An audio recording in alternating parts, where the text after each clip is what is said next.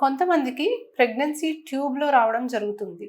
ట్యూబ్‌లో ప్రెగ్నెన్సీ వచ్చినప్పుడు మేడం ట్యూబ్‌లో నుంచి తీసి అది మీరు గర్భసంచి లోపల పెట్టలేరా అని అడుగుతూ ఉంటారు. సో, ట్యూబ్‌లో ప్రెగ్నెన్సీ వస్తే దాన్ని మనం ఎక్టోపిక్ ప్రెగ్నెన్సీ అని అంటామండి. అండ్ దీన్ని మనం ఎంత త్వరగా గుర్తించి మనం దాన్ని ట్రీట్ చేస్తే ప్రాణాపాయ స్థితి నుంచి మనం ఆ పేషెంట్‌ని కాపాడగలం. సో, ఈ ఎక్టోపిక్ ప్రెగ్నెన్సీ ఎందుకొస్తుంది?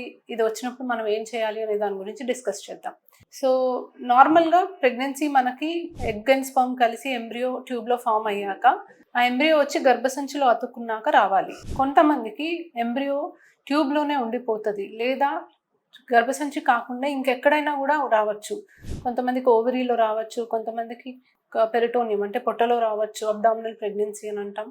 కొంతమందికి మరి కిందకి సర్విక్స్‌లో రావచ్చు. అంటే గర్భసంచి ముఖద్వారంలో ప్రెగ్నెన్సీ రావచ్చు.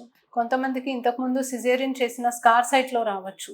గర్భసంచిలో కాకుండా ఇంకెక్కడ ప్రెగ్నెన్సీ వచ్చినా కూడా అది నిలబడదు. ఎందుకంటే మనకి గర్భసంచి ఒక బెలూన్ లాగా ఎలాస్టిక్‌గా ఉంటదండి. సో, బేబీ పెరిగే కొద్దీ బేబీతో పాటు గర్భసంచి సైజ్ కూడా పెరుగుతా వస్తది. సో, ఇలా ఎలాస్టిసిటీ అనేది ఇంకా వేరే ఏ స్ట్రక్చర్‌లో కూడా ఉండదు. ట్యూబ్‌లో గూడా కొంతకాలం వరకు ఎంబ్రియో పెరుగుతది. But beyond a certain point tube అనేది చీలిపోయి బ్లీడింగ్ అవ్వడం స్టార్ట్ అవుతది.